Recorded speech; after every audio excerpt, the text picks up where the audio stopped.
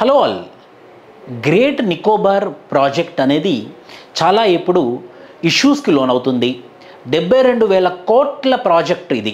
మొత్తం నికోబార్ ఐలాండ్స్ ఏవైతే ఉన్నాయో నియర్లీ 500 నికోబార్ ఐలాండ్స్ అన్నింటినీ కూడా ఇన్ఫ్రాస్ట్రక్చర్ డెవలప్మెంట్తోని, కంటైనర్ టెర్మినల్స్తోని, నేవీ స్టేషన్తోని ఒక న్యూ సిటీ లాగా డెవలప్ చేస్తూ, ఒక గ్రీన్ హౌస్ ప్రాజెక్ట్స్ నిర్మిస్తూ, సోలార్ ప్యానెల్స్ ప్రాజెక్ట్ డెవలప్ చేస్తూ మొత్తం నికోబార్ మొత్తాన్ని మార్చేయాలనే ఉద్దేశంతో వచ్చినటువంటి ప్రాజెక్టు.